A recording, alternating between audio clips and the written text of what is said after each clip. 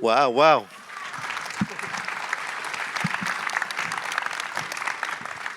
Thank you. My name is Charlie Fink. I am the host of This Week in XR. I'm here with my co-host, Ted Schilowitz, and our dear friend, Joanna Popper, who has been a guest on the show over 3 times. We have 190 episodes in the can. We started talking to each other and recording it during the pandemic, and here we are, 190 episodes and 500,000 downloads later. So thanks to everybody for that. More people... Thank you. More people have come up to me at South by Southwest to talk about the podcast than they do about my books. So I guess the books are kind of old computer books, not in vogue.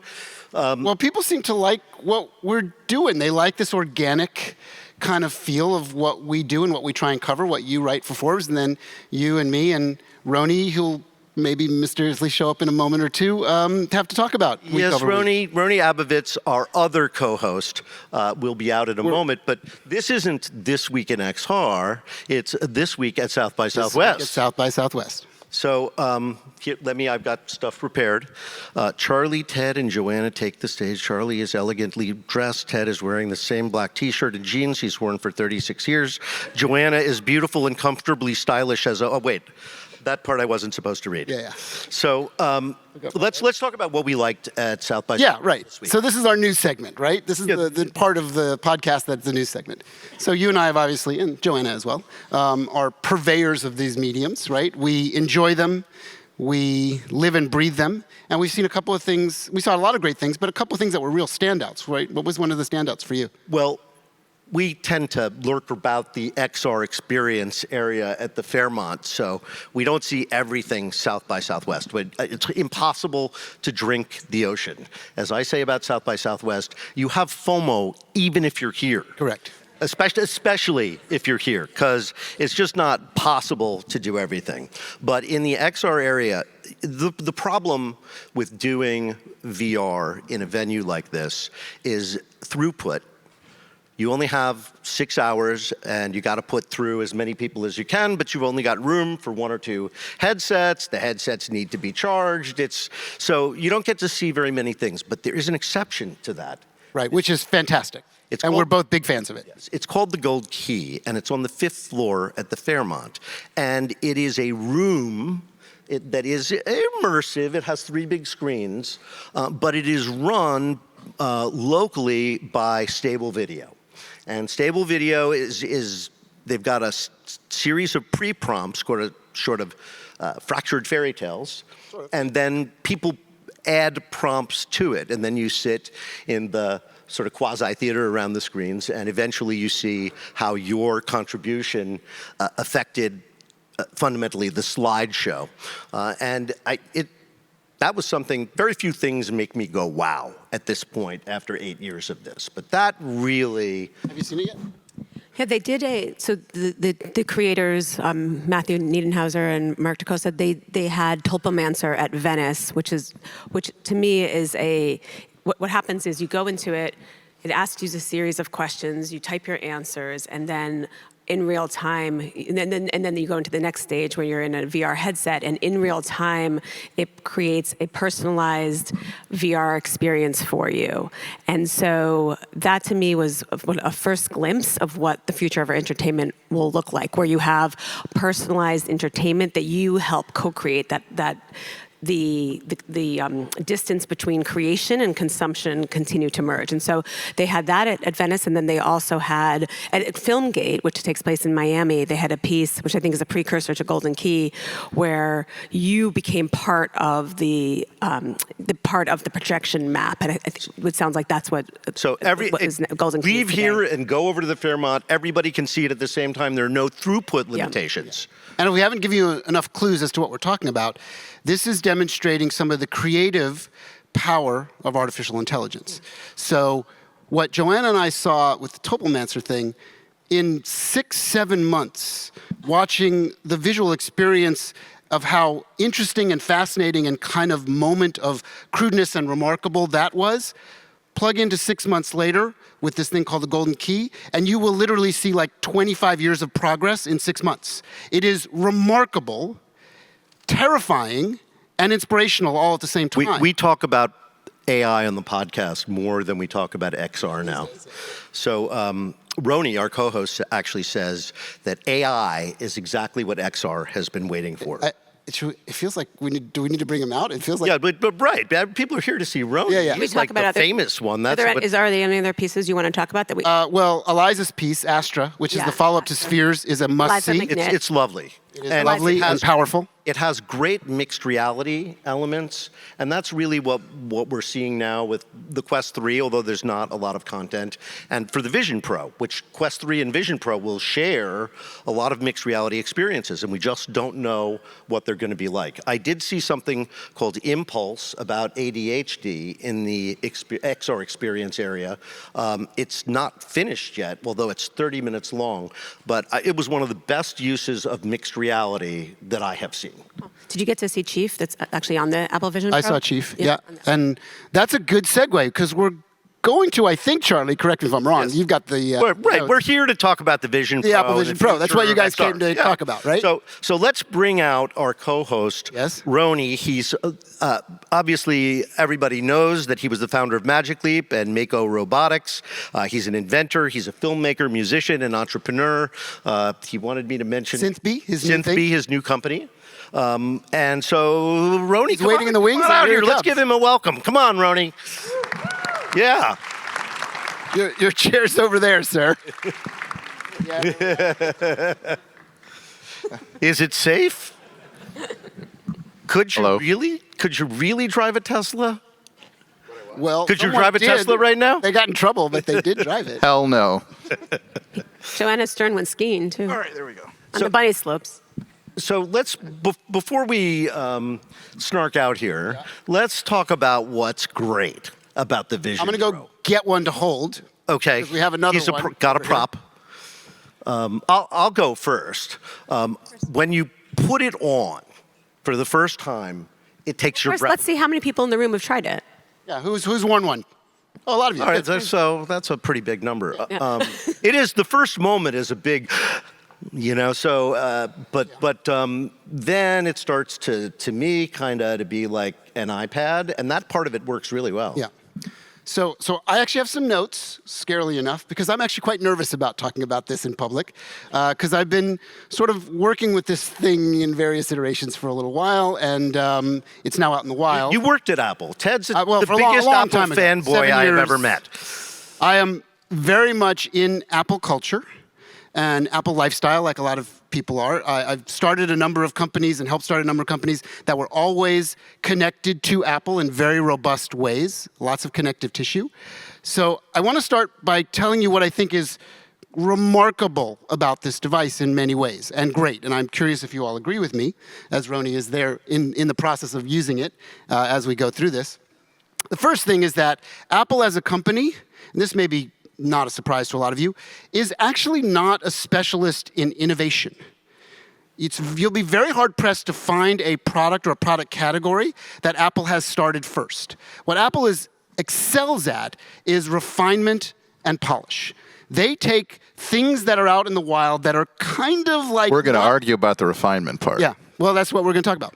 Kind of like not quite there yet, and Apple puts a huge amount of resources into trying to figure out how something should work. And the great things about this device is that it is literally a Mac on your face, meaning it brings all the familiarity, if you're in a Mac ecosystem, that makes you feel really, really comfortable, that you can fire it up and understand it right away. And it brings all of that to your face. The display dynamics are fascinating and wonderful because it is a really smooth, beautiful, and the perception of high resolution is there. Later in the talk, if we have time, we'll go a little deep dive as to what's really going on with how Apple performs some really smart trickery around what you believe is resolution on your face that is different than the Quest 3, and we can discuss that in detail, but I don't want to spoil some of that. Well, Joanna has been using the Vision Pro and talking about it on social media, so I'm interested in your perspective. Remember, this part of the show is good Vision stuff, Pro. the good stuff. I like to say positive things generally. Yes. I would say there's 5 or 6 things that was really strongly impressed me when in my time using this headset. First, I will say, as an industry, we're just really, really, really excited. This day has finally come. I think we've been, many of us who've been deep in this industry, which it looks like a lot of you here have just been, we've been waiting and watching and waiting for Apple to join the XR party, right? And we've known about all the acquisitions that they've made and the acqui-hires they've made, and many of our friends who went over there. The joke is always, we know what you did before. They can't say what they're doing now, but we know the types of things they're working on. So first, I'll just say generally, this is just an exciting time, and we're now only 5 or 6 weeks in, so it really hasn't. Still pretty fresh. It's really new. So one, in my experience, the mixed reality, whether it's the perception or as Ted just mentioned, putting it on was phenomenal. That the crispness, the clarity, the fact that you could see through, it's not pixelated, the colors are bright, you can see really well. I mean, Roni was able to walk all the way from here to here.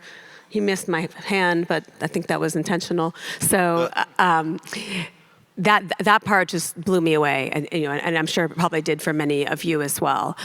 Second, the UX was as it's one of the things that Apple does really well. So the UX was relatively easy. Maybe not completely intuitive, but pretty close to, Once you get the hang of it, it's very easy. It's very easy. And if you use a Mac, it's very Mac. Exactly. Like, you get it. Yeah, exactly. I will say the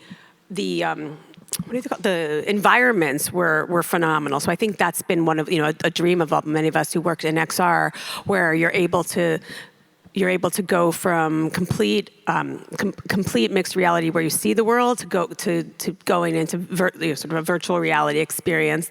I'll call it all spatial computing.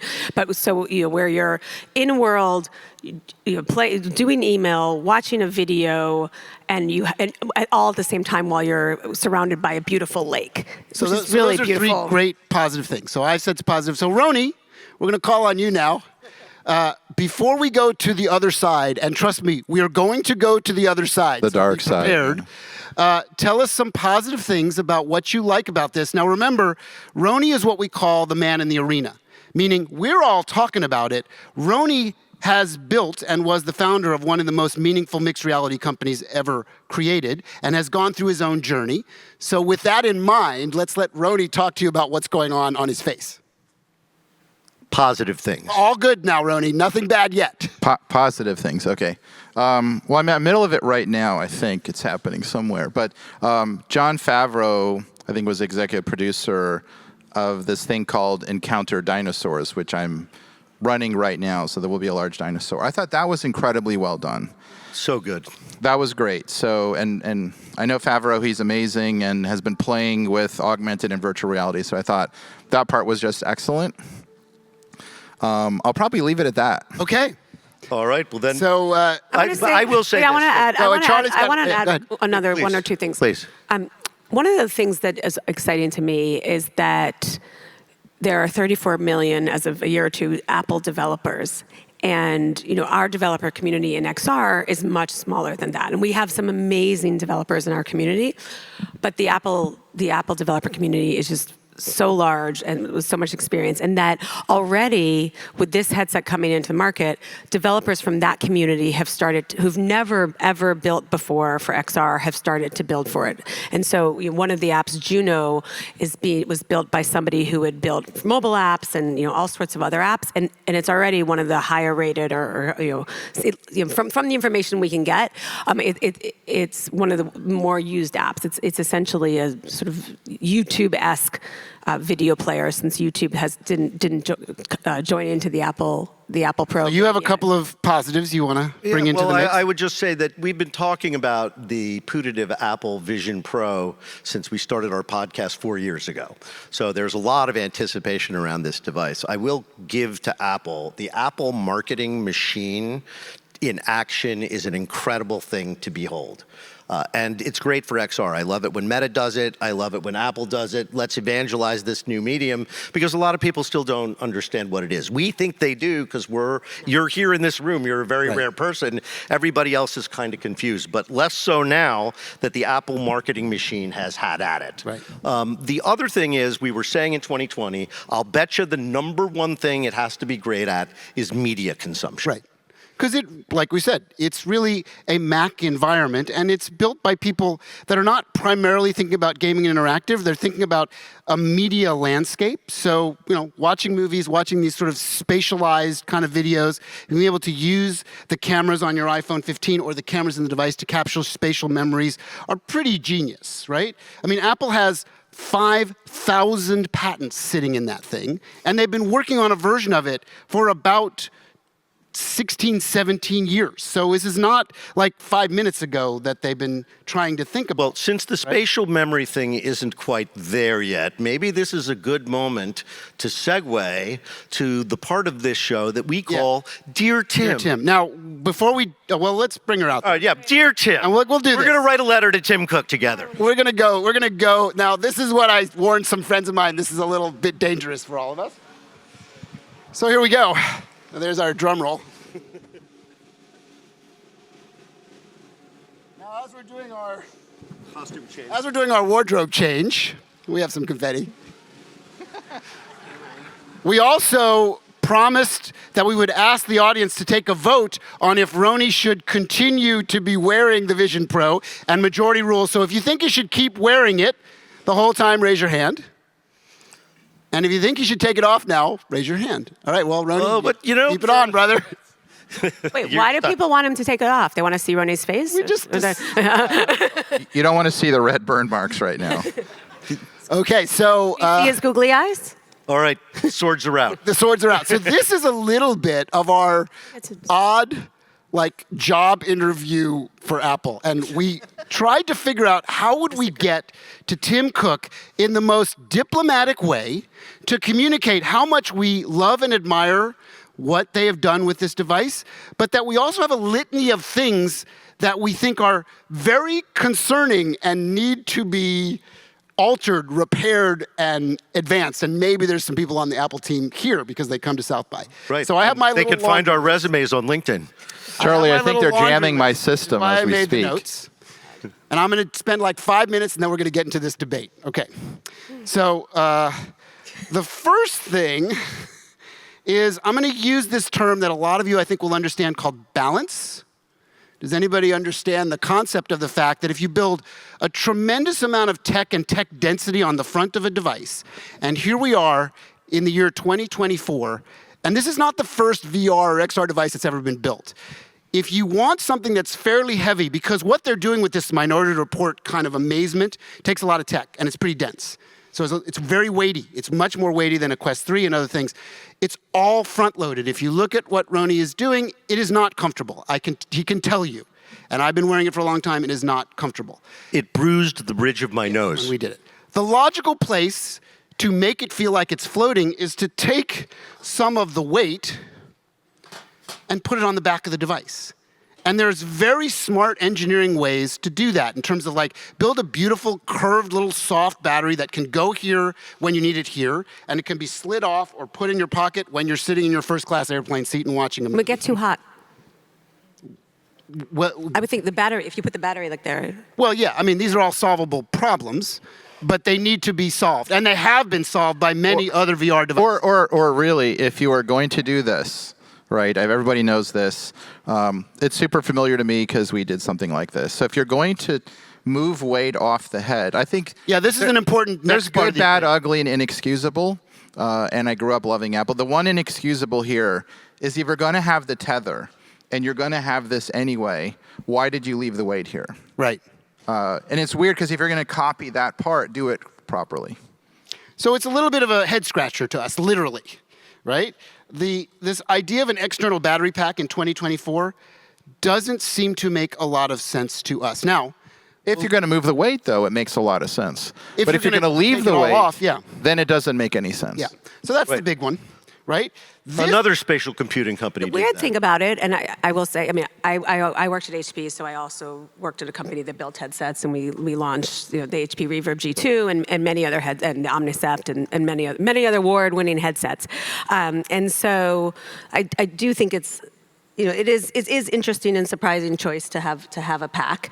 That said, for most of the people that I've spoken with, because in the Quest ecosystem, about 70% of the content is games, and here about 70% of the content so far, again, 6 weeks in, is apps or just apps, and then another 10 to 20% is entertainment. So you're not, the way that people are currently using it, they're not moving around as much, and so they're often using it for email or work or productivity, and so it doesn't interfere as much as some other as it would with other headsets. Oh, you got to unzip your jacket so they can see. So people haven't You're said ruining the plan. Yeah. So people haven't. From the users I've talked to, they haven't been as concerned about the pack as I think people sort of insider baseball is. That's very smart. And how much of that is brand power, though? I mean, we have to give Apple. I think a lot of what Apple does is brand power. It's an amazing brand with huge brand power. That if you love it, it doesn't almost matter what they would do. A huge fan community, which I think is and those of us who've worked at other companies building headsets, or created companies. That's one of the reasons of excitement for them entering the ecosystem, because it will bring so many more people to experience spatial computing for the first time. Yes. So there's two more pieces of this puzzle that we are these are our Dear Tim moments. The other one is this.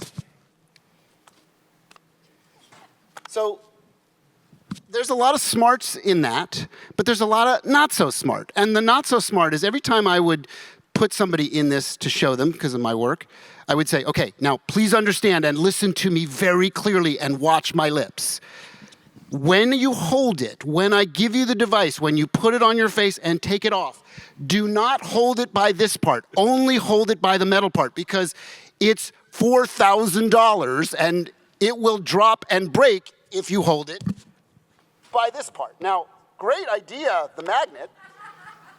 But it needs to be a much stronger magnet if you're going to do that, right?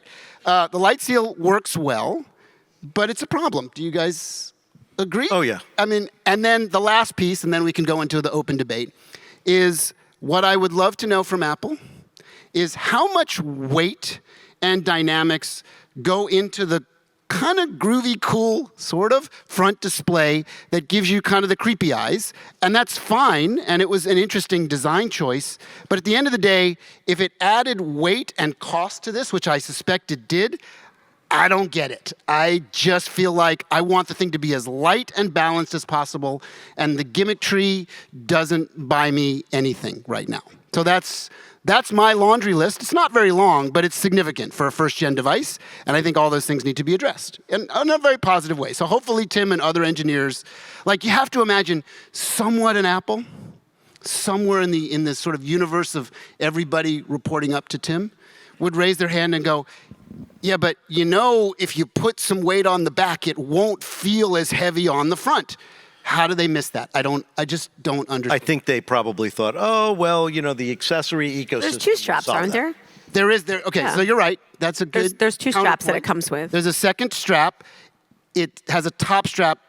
It doesn't really work. It tries to lift some of the weight off. So maybe it was an afterthought that someone was like, we better ship with a secondary strap. Because, this strap is cool. The design work is great on it. It's very comfortable when you tie it down. And if you're sitting back like this, it's fine. But if you wear it like this for any length of time, it's not. If it's a productivity device, having to tilt your head back is all the time is not great. optimal. You're postulating. Well, I just think that one of that making things for your face is hard because all our faces are different, and so if you ask 10 different people, there'll be a whole bunch of different answers on whether or not something is actually comfortable on their face, and so. Apple, I'm sure, did a ton of user testing. Let's ask the audience, right? A lot of people have worn it. I don't feel like I'm saying anything that's so hyper radical that this is the first time you've heard it or felt it yourself. So if you feel like it could be better balanced and less perception of heaviness and weight on the front of your face, I guess just show it by a show of hands. So You see, And is it it not on their phone. Was it comfortable? Okay, so was it comfortable for? Are there people for whom they feel that it's very comfortable for them? so Roni, we haven't even Not very many. we haven't But even there are gotten you some going people yet. though. Yeah, Rowdy, go. Roni, come on, man, let it rip.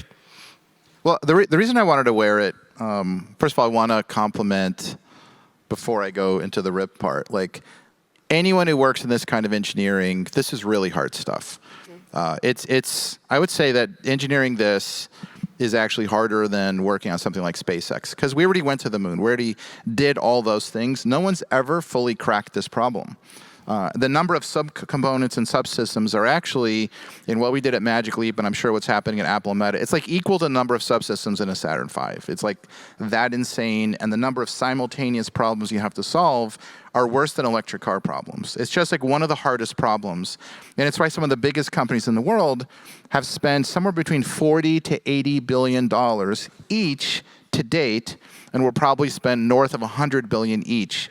So one of the criticisms is if you're going to spend that much, like as a startup, raising a few billion is like the outer edge of what you can hope for. And when you compete with people spending 40, 60, 80 billion, you do expect more than this. So I think if you look at the order of magnitude of spend to date, and the fact that we're not in 2012, but it's 2024, I think that, especially if you've been in the trenches, I think there's a higher expectation. So one of the things that I wanted to wear on stage and talk about was, I feel incredibly disconnected from all of you right now. Like, I don't actually feel like I'm here. I could be back home sitting on my couch because the video that I'm seeing of everyone is worse than sometimes being at home on Zoom because it's much more blurry. It's much more grainy. It feels like I'm looking at the world through gauze. And it feels like I'm not even here. It's like there's a strange. It's like I feel like I could be telepresent in Mexico or Paris right now. So that part of like disconnecting me from the reality is like I think breaking one of the tenets of augmented reality. I think it's got some really good things as a virtual reality device. Mm-hmm.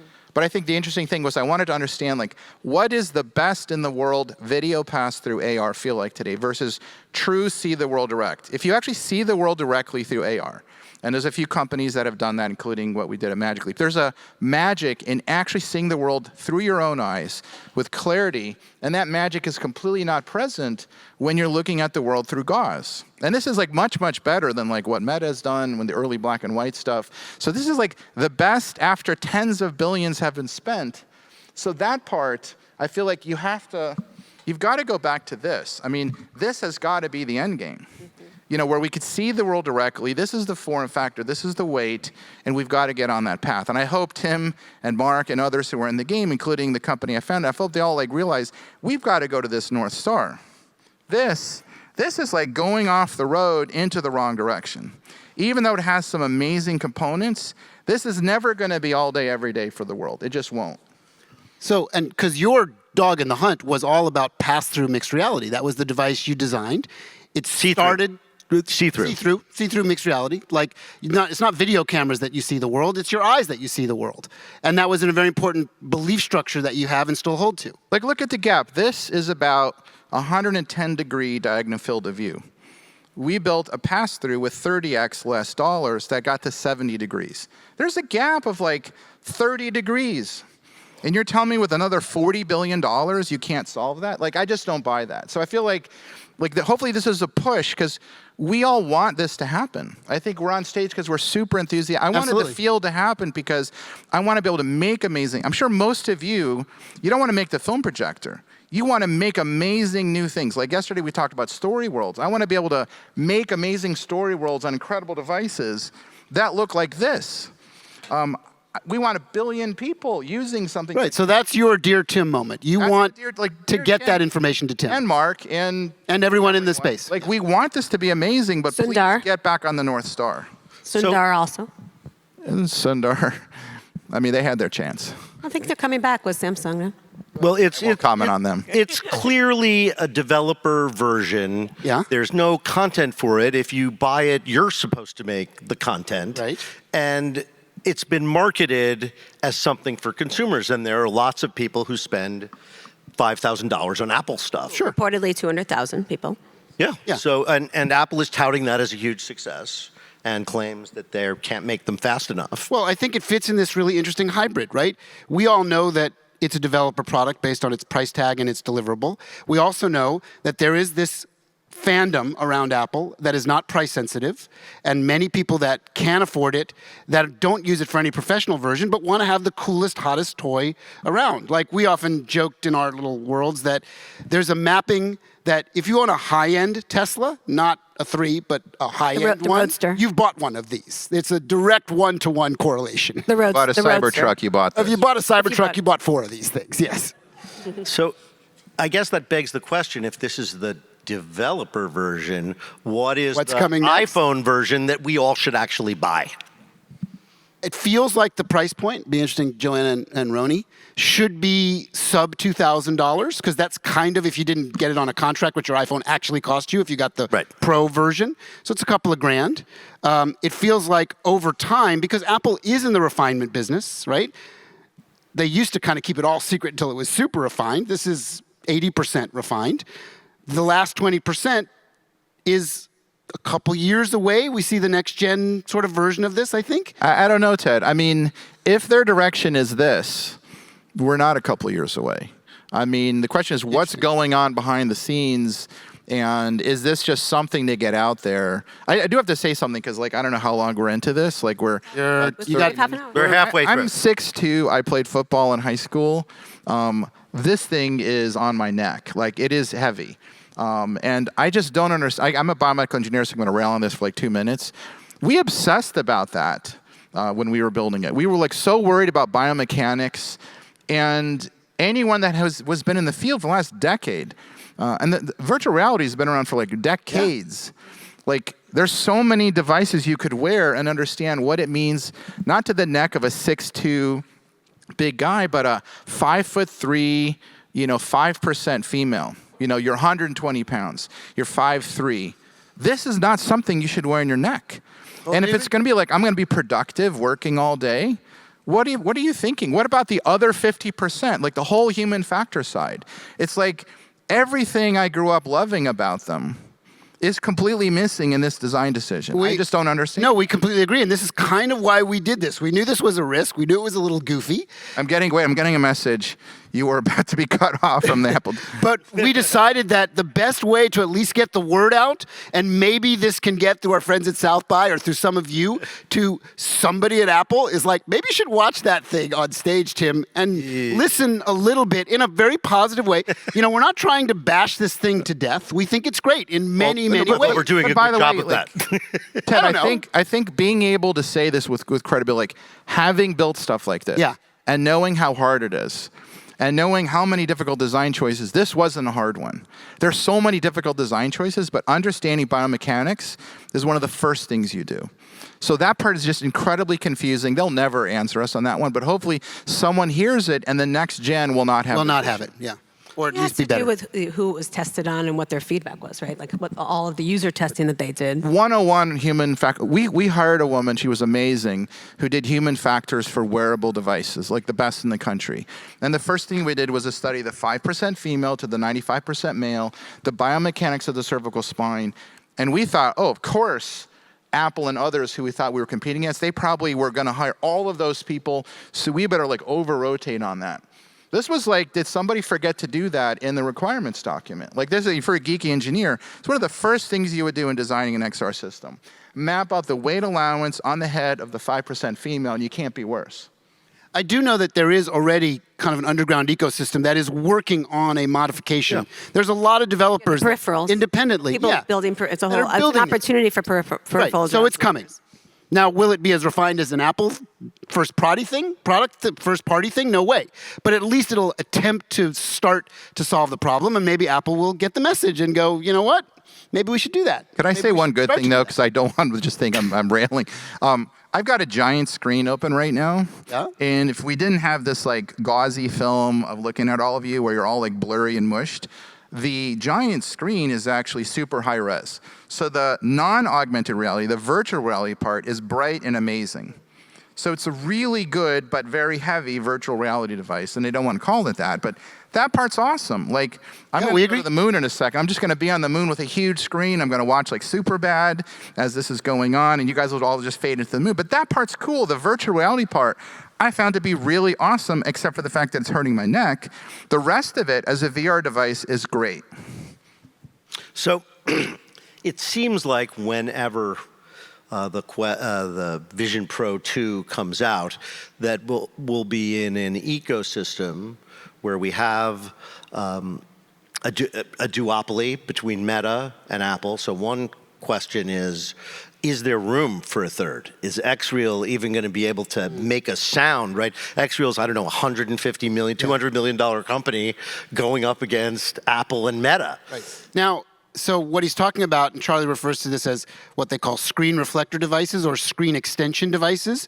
So you connect your phone today with a cable, very soon, because of our friends at Qualcomm, wirelessly, to a device that is lightweight. It's typically using 1080p, what they call birdbath optics. So you get kind of what Roni's looking at with an optical pattern, like, just like looks like glasses. Like 350 or 400. And it's a couple $100. Yeah. And it works great. Now, it is nowhere near the Minority Report experience of this. This is magic. No. This is full-on magic. That's for media consumption. Right. But it works great, and it looks high-res, and it's great, and it's very inexpensive, right? The thing you and I were talking about at the bar last night, which is an interesting piece to kind of bring into the puzzle, is do you believe, and I think Roni and I might differ on this a little bit, and the audience would be interested in the Q&A part, do you believe there is one device to master them all? Or do you believe that the ecosystem that we already have with computers, we all have mobile device form factor, iPad-ish device form factor, laptop form factor, and very often we use, especially if we work in some industry that requires compute, we use advanced desktop computing, right? And we have kind of 4 or 5 devices, every one of us, and we use them almost on a daily basis. So the question, had enough, Roni, finally? Yeah. They wore him down. The question for Roni, Joanna, and Charlie, and eventually for you guys too, is do you think one size fits all? And I saw, a lot of you shaking your head already. Or do you think there'll be like a bunch of different ones that you'll have for different purposes, just kind of like our compute ecosystem today? That's the interesting question. Well, as there is with phones, right, you can buy one of these bad boys for $99 and get the internet and most of the benefits. So that's one end of the spectrum. Or you could buy the 15 Pro a la carte or off of a plan. $1,500, something like that, yeah. So it's a big spectrum. Yeah, so don't we think it's going to repeat? It's just about like what kind of screen do you want and what's the proper environment for the screen? Well, and it's the use case, right? Or the jobs to do, as they say. So I believe that we'll continue to have a variety of different environments that or different hardware that we use for different moments. We're in different moments at different times. I'm going to argue with you guys, though. Yeah, go. You have the counter. So I think something like this that could just sit in your pocket, that will have powerful compute, and we know there's going to be wireless connectivity. We were testing it. Companies that could spend $40 billion more for sure can get there. And what I have on right now, the wraparound is better field of view by far than what I was wearing.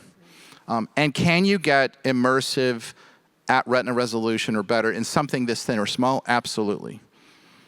I know we can. And I know we were doing it with less money. Well, you've seen it, right? So companies with You've tens seen a of vision millions of dollars can totally get there. So the question is, like, are they putting things out there in the middle period, what I call the Gemini period, before we get to Apollo? But Apollo cannot look like that, right? Like late this decade into the 2030s. I think if you got something like this and something like Ray-Bans, and you're going to get retina resolution, wirelessly talking to a small thing in your pocket and your watch, there's no reason to have any other devices. You'll be able to do everything on it. And I think that's the beginning of what you see on the Vision Pro. The Vision Pro from a software side is showing if you get to this form factor, it's your phone, it's your tablet, it's your computer, it's your everything. So let's shift the conversation a little bit to AI. And you're talking about the 2030s. And so here's an alternative version of a wearable, immersive, helpful co-pilot or life logging device, if you will. And it is sensors, right? Whether they're in your glasses, maybe you don't wear glasses and you have it on your lapel, and so it knows where you are. It knows what you're doing. It knows what time of day it is. It knows your habits. And there's an audio connection, but there's no display. Why do you need the display at that point? Yeah, and that's already, like, today proving that out, right? That the audio system, by the way, the audio on this is remarkable. It's crystal clear and beautiful, and I think Steve Jobs would be proud. I think Steve Jobs would not be proud of this, in my opinion. I think he would be telling people, keep on it, keep working on it, keep iterating on it, don't release it like this. I think an interesting thing to think about at that point, if you think about the ecosystem, so the Oculus, Facebook, Meta have all the same company, but under different names at different points, have released 10 headsets already in the market and had about 85% of the market. And if you think about why they went in so early, I think their thought was that there was an ecosystem of iOS and Android, and that ecosystem disintermediated them from being direct to consumer, and wanted to make sure to have one of those two pole positions in this next wave. Whether it's the only device that we use or whether there's multiple devices, they wanted to have that direct ecosystem, which is why they put in such heavy investment so early and have already been out into the market now with 10 devices. And so Apple came in now, they could have come in earlier. They could have waited to the. I mean, they're coming in from a winning position where they have a position to potentially lose, right? They're not trying to get at a position, whereas the Facebook or Meta ecosystem wanted to make sure that they were there and they were ready to potentially take one of those two positions, assuming we'll have. Well, that it looks like a Mac and PC, or looks like an Android and so Roni is the guy. Sorry, Roni is the guy who said AI is what XR has been waiting for. So now you're talking about 2030. We're talking about AI. You're talking about all day, every day wraparound glasses. Give us a picture of what a day looks like with such a device. Yeah, it's a good question, and I have a bias because I'm working on AI right now in SynthP. But one of the things that I totally see happening, you could prototype it now, but I could see this mid to late, late 20s, early to mid 30s. First of all, a device like this, even though this can do it, you're not going to use it all day, will sense everything. And I could see everyone clearly, and you imagine go from full transparency to full opacity and everything in between. So imagine we just have that. So how does AI play a role? Now imagine an AI that really understands me, and my privacy and my data is assured. It's not streaming to a big company, it's like yours. So now it knows you and knows your likes and knows everything around you, understands the people around you, but you've got this data privacy. When you have this on, it's like your IQ and your awareness of the world and your powers are going to be 10x, 100x. Everything you do in your profession is going to be hyper amplified. When you take it off, it'll be like someone who takes off their glasses and has really bad vision and everything's blurry and you can't see. You put it back on and it's like everything. People ask you things, you'll get answers in real time. Your awareness. Now think about how good AI is right now in 24, which is astounding. It's going to be completely insane by the end of the decade. And into the 2030s, we'll be unrecognizable to the kids who are walking around wearing things like this, whose IQs are orders of magnitude more than we are today. We'll feel like Neanderthal, even worse. Like the separation between the AI amplified people and the people who are just normal biologic wet world will be completely different. I think the best way to consume it will be wearing this because it sees what I see, it senses where I am, it knows what's happening. I don't need to wear a pin. It'll have the same sensing, but better, because I'll know exactly where my eyes are, where my attention goes. The key thing is, who controls that AI? Is it decentralized? Is it centralized? Is there privacy and control? Are you submitting everything about your life to a major power, or do you control it? I think that's going to be the big decision, not if it's going to get there. I think it's 100% going to get there. So Roni, yes, you should clap for that. Woo!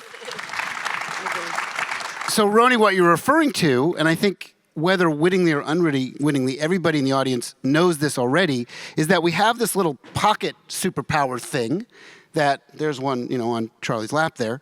And we all know innately that its power isn't in the device. Its power is in the giant computer in the sky, right? Or the many of them that... What we used to call the AR cloud. When we say giant computer in the sky, what are we talking about here? Well, we're talking about today's version, pre-AI moving into AI, which are these servers that live all over the world that deliver all that It was a content. Norman Greenbaum song that needs to be redone, the giant computer in the The sky. computer in the sky. Going up to, anyway. So we know this innately. We do this every second of every day almost, is we ask our little pocket computer to call up to the mothership and tell us what's going on.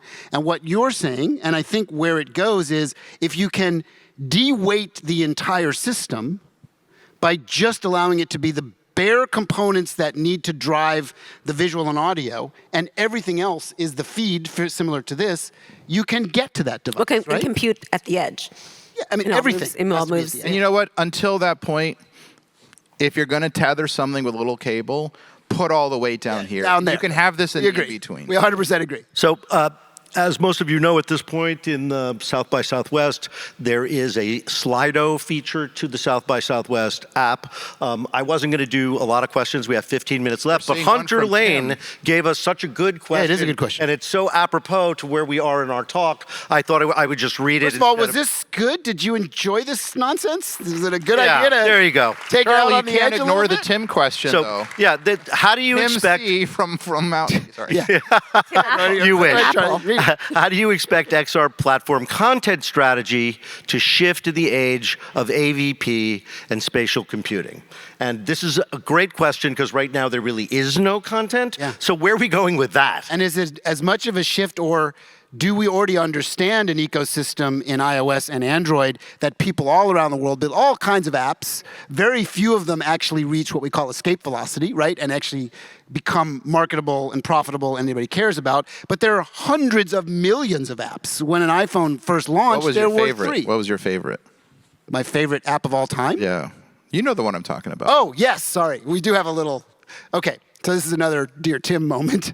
Roni and his team at Weta, and there's our friend Richard who helped create it, his team at Weta Workshop, for the small amount of people that saw it, there was a mixed reality entertainment gaming piece called Dr. G, Dr. Gorbots.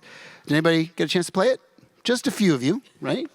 At LeapCon. To me, Dr. Gordborts. Gordborts. Dr. G, I'll call it. For me, particularly as someone that does this a lot, it was one of the most important, and still today, one of the best created and most important mixed reality interactive pieces ever made. It took full advantage of a spatial universe, and you lived inside a video game. Ernest Cline would be proud to see it. So and we would love to see it on the Vision Pro. Yes, So- we would. I'm making the open call. Since most people didn't do the experience, just as an aside, it used the room tracking in the Magic Leap, headset yep. to sort of create portals on your walls and on the ceiling. So the game really was all around you and coming out of the floor and the wall, and you could walk up to the wall and look into the portal. And so it was a great use of space, which we don't Spatial really see computing. in any other medium. Right. I never know where Hopefully we it'll heard come of the to term life again. spatial computing before, but it was definitely a spatial much so. computing experience. So Now another we can get to question. questions. We got another question. Is there something specific? Where did that go? Is there something specific to AR and VR that is so hard to develop for that one has to release a prototype, as Apple did? What are those unique That's all you wrote. challenges? That is also. I can't see whose question that was. It's a good question. Let's do it. Yeah, so it's a great question. We don't have a lot of time. I'll jump into it really fast. One of the issues is that you have the human body, so I'm a biomedical engineer, and you need to interface with the brain, our neurologic system, our ophthalmologic system, the weight, the spine, all of that. You're putting something on the head, and it is a brain-computer interface. It's not a normal computer. Your mobile phone is a computer, a tablet is a computer. This is a brain-computer interface. Ignoring that connection between computing and biology is what we're actually talking about here. A lot of companies ignored it. It's very hard to ignore. In fact, you cannot ignore it and be successful in the end. That's one of the most difficult things. The other piece, it's like a satellite. because you have so little weight that your body wants up here, and because your eyes have evolved into working into what's outside of you, is called a light field. Light field physics is completely non-trivial. Your eyes evolved into light field physics. That is not what's happening in this headset. Generating a true light field that your body can respond to appropriately is insanely difficult. It is one of the hardest, most difficult problems in computing. It's just a non-trivial problem. And that's just like one of about 290 things you have to get right at the same time to get to what we're calling Apollo. So Jeremy is asking about killer apps. I've been saying for, I don't know, years that what XR needs is our Game of Thrones moment or our Sopranos moment where people are like, I have to do this no matter what the cost is. And we don't have that yet. And I don't think, as great as media consumption is on the Vision Pro, I don't think they have that either. I would say that that's potentially why it was released at this point. You know, To cultivate developers to find it? Yeah, and you know, it's an interesting choice. I think, you know, you could have been done like publicly, or could have been done in developer Right. So labs, maybe but one of those developers has new right. Instagram. There's and already new about Snapchat. 1,000 apps on you know, in the first 6 weeks, and so we're still early. But you know, if 200,000 people have purchased it, some percentage of, you know, decent percentage of those developers will be every day. We'll be seeing new things come out, and hopefully get to that think, killer app. I think potentially the killer app, even though you may argue it's not an app, is what will evolve with spatial photography and spatial video. Memories. With the device, right. Your baby's first steps, a very important speech, an important world event that is captured in a spatial environment, not just 3D, but actually a spatial environment, because with the spatial capabilities of a device like this and other things from our friends at Meta and others, there's a whole new realm of what photography, videography, and cinematography will be that I think will be very important. If you haven't played with the new photogrammetry apps, and I'm going to call out Polycam because I use it all the time, all of a sudden we are able to capture not a flattened reproduction of what was seen through the lens, but we can now capture the space around actual geometry. Yeah. Exactly. And So I think that'll be extraordinary. And what this does also, and you know, again, as somebody who worked at a computing company, is that it drives people back into the Apple ecosystem. So the number of developers I've talked to, you know, traditionally VR developers worked on PC. The number of developers who are saying, "Oh, now I'm buying a MacBook. Now I have to buy the new Apple 15 because I want to be able to do the spatial capture." So you know, or now I'm moving from Google Photos over to Apple Photos because I want to have my photos there at my fingertips. So it's also continuing to reinforce their ecosystem, which is, you know, the point of having these companies with so many products for the company. Can I add one quick thing to the? I think a really interesting killer app is going to be watching a movie on it. If you remove the weight part, is kind of amazing. And I think if you take the next step, which is like sitting on the moon, which is full immersive mode, is amazing. And you go, what happens beyond movies? We have a talk on that yesterday. I think story worlds, which is like a parallel thing to games. It's not immersive gaming, is going to be incredible. Like, there's going to be directors, and Favreau started to get at it. Like, he gave me 3 minutes of a rectangle of like a story that felt like the beginning of something really cool, and then it ends. Like, I want to see that whole thing emerge. Yeah. This sort of cinematic reality spatial movies. Yeah. And I think the dinosaurs are in your environment. They're in your environment, yeah, but also and you like, can interact with them. It's like, how do you tell a story that's not just that 2D world, and it's not just the Avatar 3D movie in the IMAX theater, but it is potentially all around you, spatial cinema. Yeah. This device could open that door. And you got to give like the greatest directors big budgets to really understand what could happen. Yeah, and there's a few nuggets in the device now that you can see where that's going. There's this woman that does this high wire walking stuff, and everybody I put in it was like, whoa, like this is crazy, because the image is so good. It's very beautiful and cinematic, and resolution works at that level. The Encounter Dinosaurs thing is good, and then there's actually a longer form thing in the Apple TV platform that actually is like a series of that. And the Alicia Keys music video thing is also really good, because you feel like you're at the recording stage. Best 360 I've ever seen. Really interesting. Or the sporting events. Yeah, it's really interesting. But again, here we are talking about like sort of traditionalist media kind of taking a little bit of a step forward, right? But this is how technology succeeds, because it takes something we're familiar with, something we're already doing, like shopping or sending letters, and it makes it way easier. And remember, when you're in the device, what's kind of great about it, if you're a ridiculous Mac guy like me, is everything that you use in your Mac is still happening on your face. So when your texts come in, there they are. Like, you don't have to do some weird third-party craziness and try and link your computer and your phone and stuff. It's just all automatic. When you go into any environment that you've ever been on in Wi-Fi on your phone, it automatically knows, because it knows you, it automatically links to that Wi-Fi. All these little Apple-y things that Apple is just better at, the refinement level, is great. When you set it into this mode where you want to mirror your computer into the device, it's completely seamless. It's perfect. That, by the way, is the tough part for Meta, right? Really tough. Because the Android ecosystem could, in theory, more fragmented, bring right? you like that. No, but the if you have an Android phone, yeah, you could go there. You can go there. But like Apple is going to bring you phone, tablet, Mac there. That's that hard lock of the ecosystem. Really, they spend a lot of time on it, and it works great. Well, Meta does capture a decent amount of our time between Instagram and WhatsApp and Facebook, and I think those are their main. They did Workplace, but they haven't integrated those as seamlessly into the Quest experience. That's what Apple excels They've done it at. in a much more clunky way, but they do have an opportunity there, but they have yet to do it.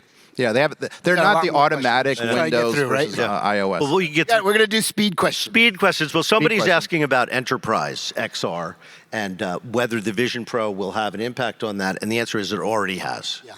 So Medical, healthcare, they're starting to experiment. I'm really hoping that this is going to Things that people were doing with HoloLens in the past. Yes. We've I already mean, seen articles about surgeries and things like that being used with Apple Vision Pro. But if it pulls your neck down the whole time, it's going to be problematic. So The industry has been trying surgery to doesn't take that long. scale Enterprise for the 8 years I've been covering it, and it is happening maddeningly slowly, even though the benefits of it are really clear. So it shows how certain industries are going to evolve generationally. You're not going to convince them to change right now because they're too busy doing other things. And despite the best efforts of Accenture and Ernst & Young and other companies that have really leaned into XR, their clients aren't doing it. And it's actually killing the XR segment, the enterprise segment of our business, which for a long time was the healthiest part. Yeah, we're waiting for that moment, right? And maybe this is part of that moment. This is an interesting question about journalism. Go ahead, read it. It's from Anonymous.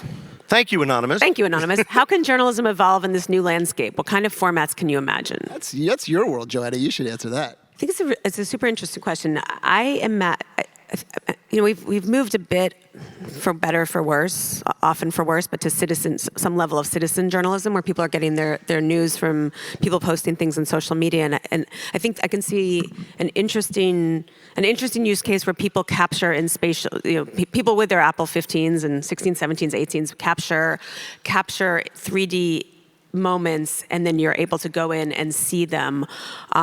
And in a world where things like deep fakes and synthetic media can have a big impact on our understanding of the world and politics, having something that's spatially captured, maybe that you we'll see what kind of AI can be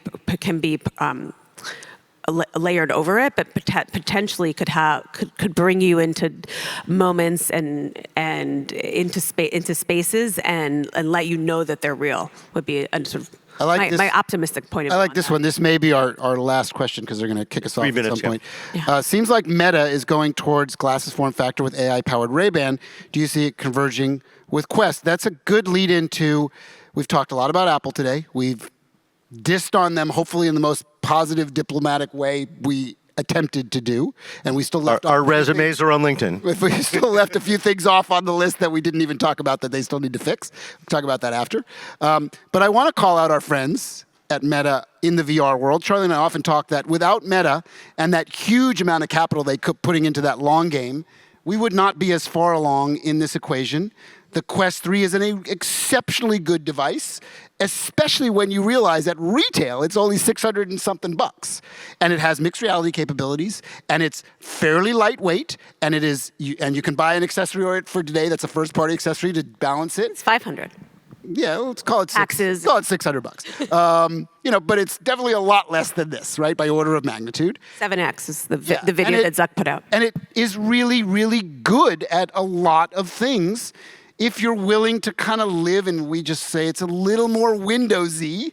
You know, it's not quite as refined, but it's an exceptionally good device. Now, the thing I will mention to answer that question, and then I'll let everybody else respond to it too, is Meta has teased now some of their employees that report closely to Zuck about this magical new device that they're working on that is the end-all, be-all, and they literally talk about it like the Holy Grail. Like they're working on this thing that is so much better than a Quest and so much better than a Vision Pro and so much better that it will cure all the ills.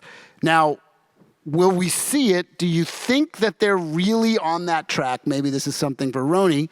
I think partially they're working really hard and they spent a lot of money to figure out how to get something like, kind of like your visor experience. But will they get that right in the first iteration? I think with the amount of money they've spent, you could get there with about a fifth or a sixth of the money. So I would hope so. Right. I mean, like, I think Matthew Ball estimated north of 60 billion some time ago. So they're probably at 80 billion right now. At 80 billion, yes. If they don't, a whole bunch of people there need to be replaced with others who can get it right. Because I know Mark will keep funding until he gets there. Right. So I'd like to thank South by Southwest. I'd like to thank Blake Cammerdiner, who is the head of the XR exhibit and talks. I'd like to thank our listeners and especially our sponsor, Zapper, who makes it possible. And I hope you guys enjoy the rest of South by Southwest. So if you haven't been on This Week in XR, every week we do this. This will be this week's show. And every week we get on, Roni, Charlie, and I, and we dish it up a little bit every week, so please listen. Shirts for the audience. Oh, yes. Oh, wait. We have giveaways. Swag. We're going to throw shirts. We have swag. You've got 6 seconds to If you chuck want that one swag. of these collector item shirts, There's somebody over there that wants. and you yourself want to ask Tim. Oh, too far. Sorry. All right. I know you. I'm trying to get it to you. There you go. Here we go. Yes. Dear It's Tim, the rock star thank you. moment. And thank you guys. Charlie, That's the rock star you moment. won. Thank you, guys. Thank you.